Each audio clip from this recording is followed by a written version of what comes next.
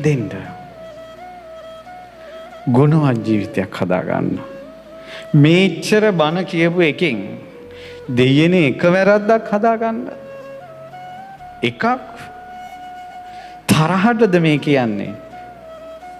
ඔයාලා අපි අඳුරන්නේත් නැහැ. මම මෙතෙන් දිනකල් ඔයාලා දන්නේත් නැහැ. ඔයාලද මාව දන්නේත් නැහැ. දරුවනේ නුඹලට ආදරෙන් කියන්නේ හදාගන්නilla එකක් හරි වැරද්දක්. නුඹලට දැම්ම මේව ඇහුණා. වාසනාවන්තයි.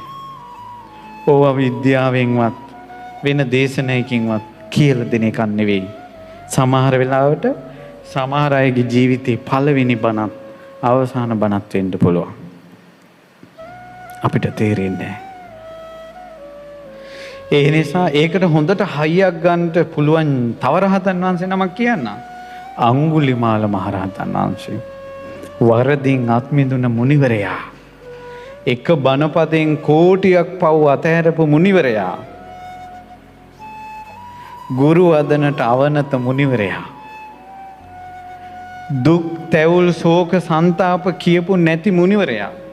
උන්වහන්සේ කියපු බණ තියෙනවා අඟුලිමාල මහරහතන්. එක තැනක කඩුව අතට දුන්න ගුරුවරයා ගැන වචනයක්වත් නැහැ. ඉරිසියා කරපු යාළුවා ගැන වචනයක්වත් නැහැ යාළුවෝ ගැන. අනිත් අයට අදෝන අසාධාරණකම් කියන්නේ නැති මුනිවරයා. උඹ නිසා මං වෙනසුණා කියලා කියන්නේ නැති මුනිවරයා. අඟුලිමාල මහරහතන් වහන්සේ. උන්වහන්සේ මුළු ජීවිත කාලය උන්වහන්සේට ගල් වදිනවා, සිවුරු ඉරෙනවා, පාත්‍ර කැඩෙනවා.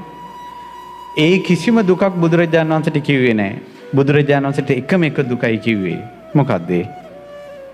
අම්මා කෙනෙක් දරුවෙක් ලැබෙන්න බැරුව ඉන්නවා කියලා.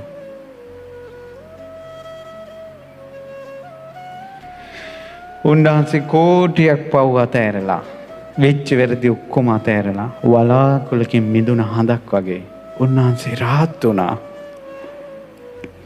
වරදින් අත් මිදෙන්න නම් ඒ රහතන් වහන්සේ සරණ යන්න.